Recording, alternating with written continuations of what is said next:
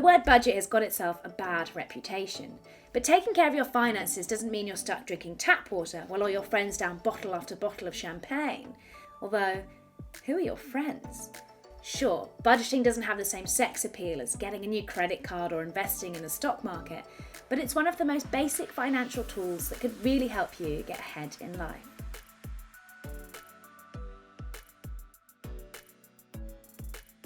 If you've ever felt like you're living paycheck to paycheck, unable to put anything aside for the future, or maybe you're racking up some serious credit card debt, well, a budget could really help you out.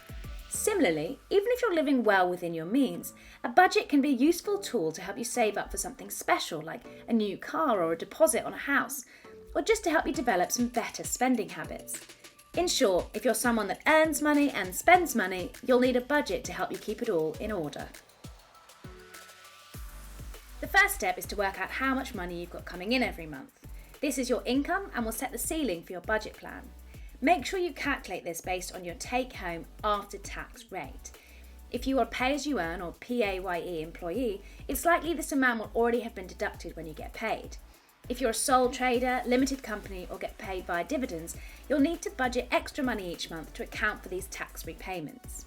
The second step is understanding your spending habits. Go through all your credit cards, your bank statements, and work out how much you're spending on what. If you've got any reoccurring direct debits, it's also useful to write down when these are coming out of your accounts. The third step then is to compare these two totals. And if your outgoings are equal to or higher than your income, you're going to need to think about cutting back. The fourth step is about implementing your budget. And there are loads of ways to do this, but one of the simplest methods is the 50-30-20 method. This is where you organise your income into dedicated buckets. For example, you'd put 50% of your income towards essentials like your rent, bills, transport and food, 30% of your income towards non-essentials like your TV subscriptions, your nights out, your gym membership, and the remaining 20% goes towards your long-term savings. These are savings you do not touch even for that extra night out. If more than 50% of your income is going towards your essentials, you might want to think about finding alternative means of transport like cycling, or maybe you need to downsize your accommodation. Non-essentials are definitely the easiest way to cut back, and this is where you need to put your big person pants on, be brutal and honest with yourself. Sure, I love The Real Housewives, but I could probably live without my TV subscription. I'm kidding, it's definitely an essential. This is where understanding your spending habits also really comes into play. If you're someone who can't live without their morning coffee but could feasibly live without their monthly magazine subscription, why not consider substituting one for the other? That way you can dedicate more money to the things that bring you the most joy. Now, the 50-30-20 method is just one way of doing things and may not work for everyone. You could also try the 60-10-10-20 split, which is where you dedicate 60% of your income to essentials, 10% to splurges, 10% towards your savings, and a final 20% towards your fire extinguisher fund, which is there for emergencies. Another great tip is to understand where you're wasting money. Could you be taking a packed lunch into work instead of spending £10 a day eating out? You could research your credit card, phone or energy provider and see if you could get a better deal by switching to someone else. Whether it's £10 a day on food or £5 a month off your energy bill, these small amounts can seriously add up.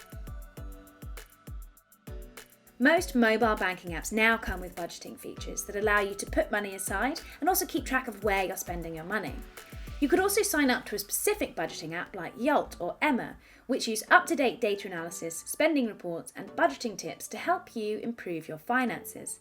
There are loads of these out there, so visit finder.com/UK to compare which one would work best for you. Link is in the description below.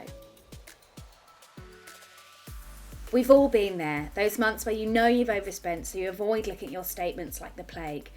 Honestly, the best thing you can do is bite the bullet and get on top of them as soon as possible. Whatever method, system or software you use, make sure you update your budget regularly. You'll need to account for major life changes like moving house or, a global pandemic. But even small changes like adjusting your mobile phone provider can impact where you'll need to allocate your funds. Finally, you need to be realistic. Honey, we would all love to be saving up 24 grand for that epic Caribbean all-inclusive.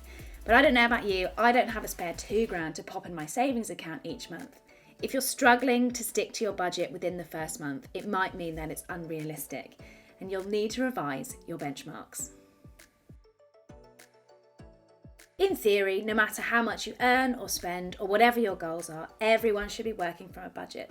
So if it's a dirty word to you, just know even the best of us are doing it. For more information on all things budgeting, head to finder.com/UK. Links are in the description below.